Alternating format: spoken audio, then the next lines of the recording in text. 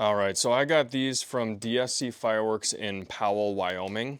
And as you can see, this is what the package looks like. I tried to get one of each shell kit he had there because he had a lot that I have not tried before.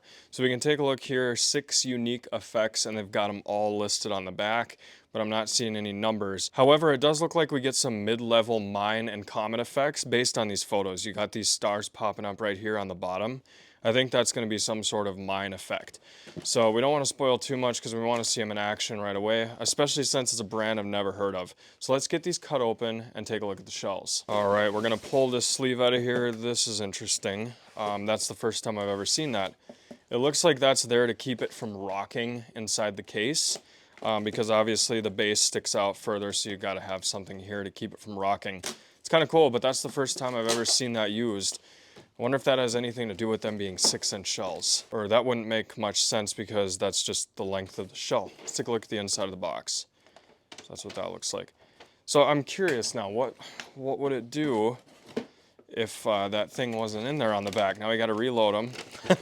Science, guys, we're trying to figure it out. Why was that necessary? So I'm going to try to get you a shot of the angle here. Watch. They come forward and hit the cellophane right there, and then they rock back. It's a very minor rock though, so I don't know. Either way, had to figure out why that was there. Okay, moving on. I was kind of hoping that the numbers would be on the shells, but let's take a closer look here. I'm gonna step behind the tripod, and you guys let me know if you see it, but I don't see a number. Now we have this down here, but that's just for the 6-inch. Actually, let's just confirm that. Yeah, so that's all gonna be number 6. As in 6-inch canister shells. No number, unless the number is in Chinese, and that very well could be. I really don't know. Unless that's the effect in Chinese. That's kind of cool that they put that on there too. Anyway, a 6-inch shell, it's not as heavy as I thought it was going to be for a 6-inch with a mine effect. As you can see, that mine, it says it right there. But what we're going to do is, this is the way the shells were packaged. Okay, just like that.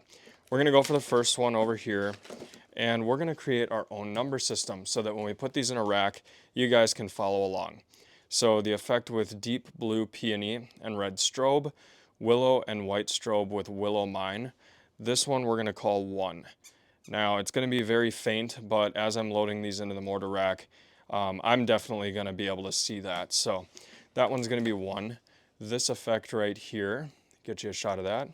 This is going to be 2. And I do my 2s kind of weird. I start from the bottom, so I'm sure I'm going to get a bunch of comments about that.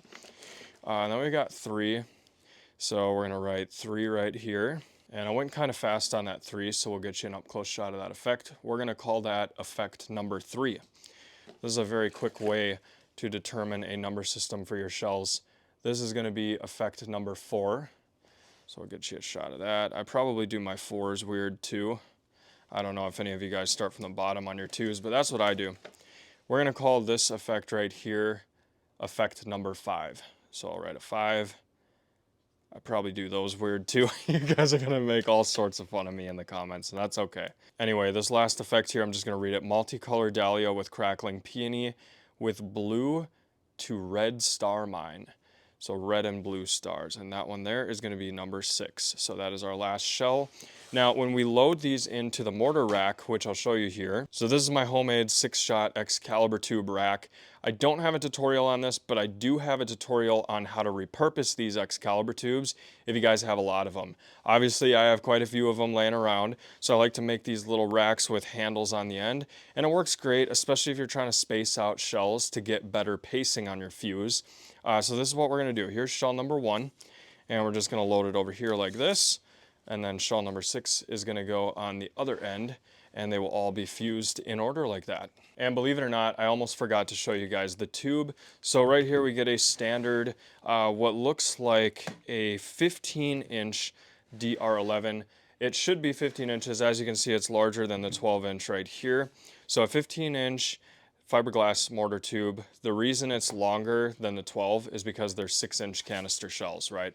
So when you put them in here, they're going to come up a little ways, but you got that fuse sticking out of there, and it goes down pretty far. So that's what it looks like in a 15-inch tube. All right, so as you can see, we got a bunch of snow on the ground right now, and we're going to go ahead and light off these Super Stinger 6-inch canister shells. You should have a mind to a break. We're gonna have 2 camera angles on these shells. So I might miss the mine, but you'll see it. Wow, those are nice.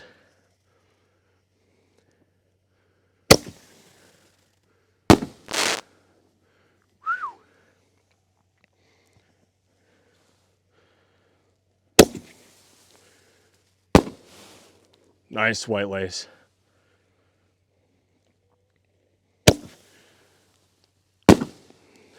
Beautiful. That willow came all the way to the ground. Look at that.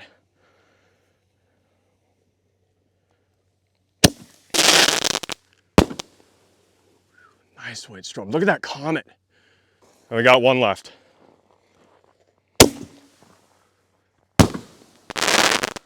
Beautiful shells.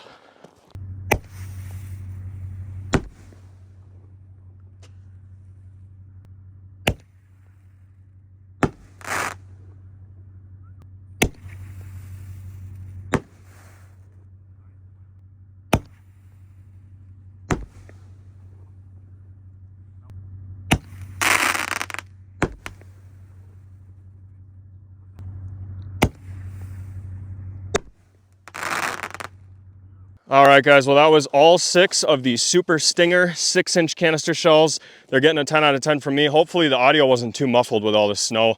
We'll see you next time.